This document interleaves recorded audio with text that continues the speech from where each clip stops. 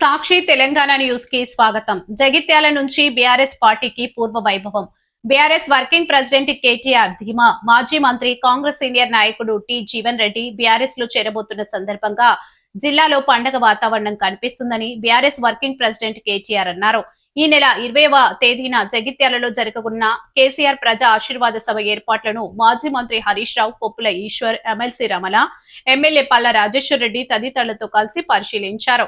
అనంతరం కేటీఆర్ మీడియాతో మాట్లాడుతూ రాష్ట్రంలో రాజకీయ పునరీకరణ జరుగుతుందని వెల్లడించారు. జగిత్యాల నుంచి బీఆర్ఎస్ జైత్రయాత్ర ప్రారంభం అవుతుందని, జగిత్యాల నుంచి బీఆర్ఎస్ పార్టీకి పూర్వ వైభవం వస్తుందని ధీమాను వ్యక్తం చేశారు. కేసీఆర్ బయటకొస్తే గుంటనక్కలు బయటపడుతున్నాయని పేర్కొన్నారు. కేసీఆర్ జగిత్యాలలో సభ ఉంటే మేడిగడ్డలో రేవంత్ సభ ఏర్పాటు చేసుకున్నారని విమర్శించారు. రేవంత్ హైట్ లో చిన్న అనుకున్నా కానీ రేవంత్ ది చిన్న మెదడని, ఇక్కడున్న ఎమ్మెల్యేలు హైబ్రిడ్ క్రాస్ బ్రెడ్ ఎమ్మెల్యేనని అర్థం కావడం లేదని ఎద్దేవా చేశారు. ప్రభుత్వం ఎన్ని కుట్రలు చేసినా కేసీఆర్ సభ విజయవంతం అవుతుందని, కేసీఆర్ సీఎం కావడం ఖాయమని అన్నారు. ఈ నెల 20వ తేదీన కేసీఆర్ సాయంత్రం 5:30 చేరుకుంటారని వివరించారు. సుమారు గంట సేపు కేసీఆర్ సభ ఉంటుందని కేటీఆర్ వెల్లడించారు. మూడేళ్లకెళ్ళి యాదికి రాలే రోడ్డు, ఇప్పుడే యాదికి వచ్చింది సడన్ గా. ఇంత చీప్ పాలిటిక్స్, ఇంత చిల్లర ప్రయత్నాలతో జగిత్యాలలో జన ప్రభంజనాన్ని అడ్డుకుంటామని రేవంత్ రెడ్డి గారు, అదేవిధంగా ఇక్కడ ఉన్న హైబ్రిడ్ ఎమ్మెల్యే, హైబ్రిడ్ కూడా కాదు, ఏం బ్రీడో ఇది, ఏ బ్రీడో ఆ బ్రీడ్ ఎమ్మెల్యే ఇక్కడ ఉన్నాయన ఏ పార్టీ ఆయనకే తెలియదు.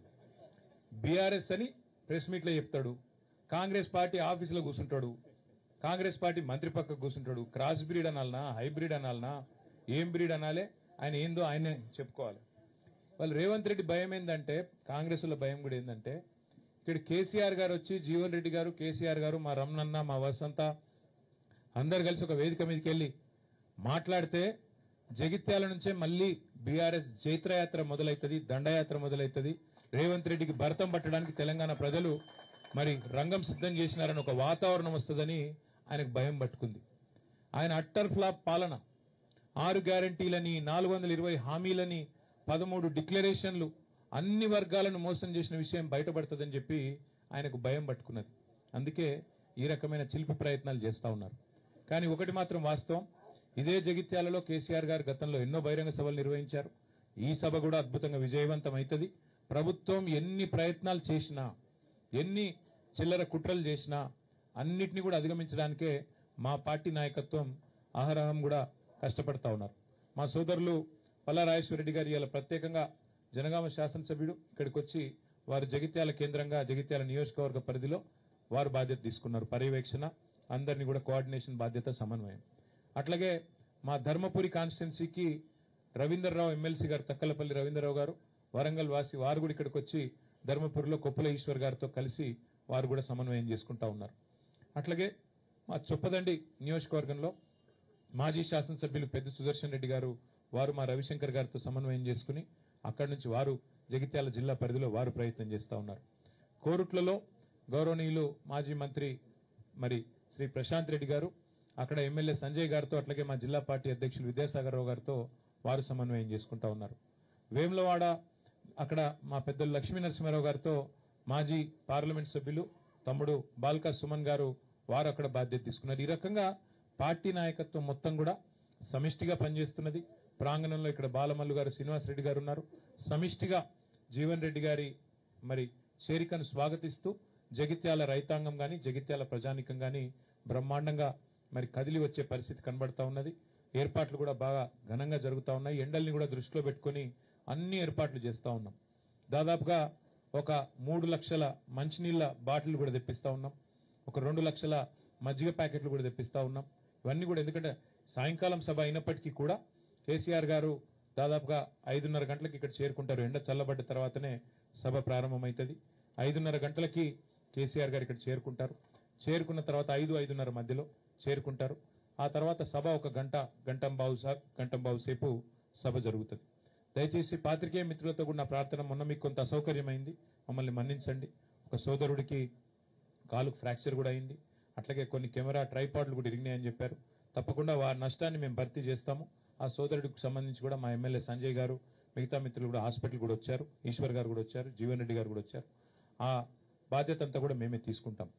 ఎల్లుండి దయచేసి ప్రభుత్వం ఎన్ని చిక్కులు చికాకులు పెట్టినా, ఎంత ఇరిటేట్ చేసే ప్రయత్నం చేసినా దయచేసి ప్రజలు కూడా, మా కార్యకర్తలు కూడా ఓపికగా దయచేసి సంయమనంతో మన కార్యక్రమం కాబట్టి మనం మంచిగా విజయవంతం చేసుకుందాం. కేసీఆర్ గారు చాలా కాలం తర్వాత జగిత్యాల వేదిక నుండి తెలంగాణ ప్రజలను ఉద్దేశించి మాట్లాడబోతా ఉన్నారు. ఆయన ఏం మాట్లాడతారో వినాలని చెప్పి తెలంగాణ రైతులు, తెలంగాణ ఆడబిడ్డలు, తెలంగాణలోని మా విద్యార్థి తమ్ముళ్ళు, మా యువకులు, అట్లాగే పెద్ద మనుషులు అందరూ ఎదురు చూస్తూ ఉన్నారు. కాబట్టి ఈ కార్యక్రమాన్ని ఎంత సంయమనంతో, ఎంత సమన్వయంతో, ఎంత ఓపికతో, ఎంత మరి ఆలోచనాత్మకంగా మనం పోతే అంత మంచిది. కాబట్టి దయచేసి జగిత్యాలలో ఉండే మా ప్రతి సోదరుడు సోదరికి నా ప్రార్థన, ఇది మీ సభ, మీరు మాకు ఆతిథ్యం ఇస్తున్నారు కాబట్టి దయచేసి ఈ కార్యక్రమాన్ని విజయవంతం చేసే దిశగా అవసరమైతే జగిత్యాల కార్యకర్తలు ఒక మెట్టు దిగి చూస్తా ఉన్నా. నేను కూడా మొన్నటి నుంచి మొదటిసారి మొన్న వచ్చినప్పుడు ఇప్పుడు కూడా మా రమణన్న, మా వసంతమ్మ వాళ్ళు కూడా మరి జీవన్ రెడ్డి గారి చేరికను స్వాగతిస్తూ అవసరమైతే ఒక వరుస మేము వెనుకోండి కొత్త వాళ్ళు వస్తున్నప్పుడు మేము ఆహ్వానించాలనే ఒక సంస్కారాన్ని, ఒక గౌరవాన్ని వారు ఇస్తున్నందుకు వారికి కూడా ప్రత్యేకంగా అభినందనలు తెలియజేస్తూ, మా పత్రికా మిత్రులు కూడా చాలా సహకరించారు. మొన్న జరిగిన ఇబ్బందిలో కూడా, ఇంత ఎండలో కూడా మీకు కూడా ప్రత్యేకంగా ధన్యవాదాలు. కరీంనగర్ నుంచి వచ్చే స్టాఫర్లకు కూడా ప్రత్యేకంగా వారికి కూడా ప్రత్యేకంగా ఆహ్వానం, వారికి కూడా ఏర్పాట్లు చేస్తాము. హైదరాబాద్ నుంచి కూడా పత్రికా మిత్రులు కూడా వస్తూ ఉన్నారు, వారికి కూడా స్వాగతం. అట్లాగే కార్యక్రమం తప్పకుండా మంచి విజయం సాధించాలని ఆకాంక్షిస్తూ జగిత్యాల నుంచే బీఆర్ఎస్ జయత్రయాత్ర ప్రారంభం అవుతుంది. తిరిగి జగిత్యాల నుంచే మళ్ళీ పూర్వ వైభవం సాధించడానికి, కేసీఆర్ గారు ముఖ్యమంత్రి కావడానికి జగిత్యాల ప్రజల ఆశీర్వాదంతోనే కదం తొక్కుదామని చెప్పి మీ అందరు కూడా విజ్ఞప్తి చేస్తూ థ్యాంక్ యూ. సభలో పట్టనంత మంది వస్తారు, గ్రౌండ్ లో పట్టనంత మంది ఉంటారు, అయితే పక్క. ఇక మిగతా అన్ని విషయాలు హరీష్ రావు గారు చెప్పారు కాబట్టి మళ్ళొకసారి మీ అందరికీ ప్రత్యేకంగా ధన్యవాదాలు, నమస్కారాలు. జై తెలంగాణ.